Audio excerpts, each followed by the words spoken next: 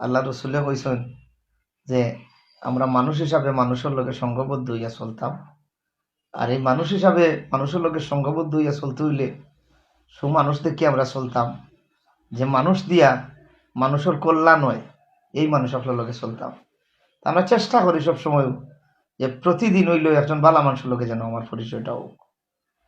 কারণ বালা মানুষের লোকে যদি আমরা থাকি তাহলে অবশ্যই বালা কিচ্ছু শিখমু।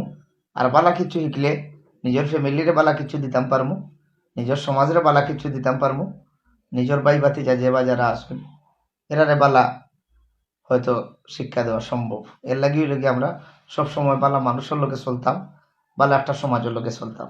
আমি তো সাধারণ মানুষ, আমরা সবসময় যদি মনটারে সাধারণ রাখি তাহলে সাধারণ মানুষের লোকে চলাটা সম্ভব। আর যদি আমরা নিজে নিজের অসাধারণ করিলাই তখনই কিন্তু একটা ফাটল ধরিলাই।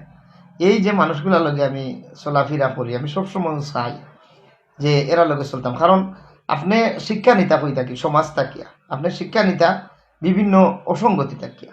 আমরা প্রায় সময় দেখি অনেক সেলিব্রিটিও বলা আছেন, হয়তো ব্যবসায়ীর দিকে সেলিব্রিটি, বিআইপি সিআইপি থাকুন, বা রাজনীতির দিক দিয়া সেলিব্রিটি, বা আমরা সংস্কৃতি অঙ্গন থাকিও সেলিব্রিটি। যে কোনো সেলিব্রিটি হই না কেন মরবার সময় কিন্তু টিকু এলাকাত যায় বা লাশটা পর্যন্ত যায়। অথচ যারা আমরা নাওয়াইয়া দুয়াইয়া, যারা আমরা খবর পর্যন্ত নেয়, এরার কোনো খোঁজ খবর আমরা রাখি না যখন আমরা একটা পরিবেশ পাইলাই।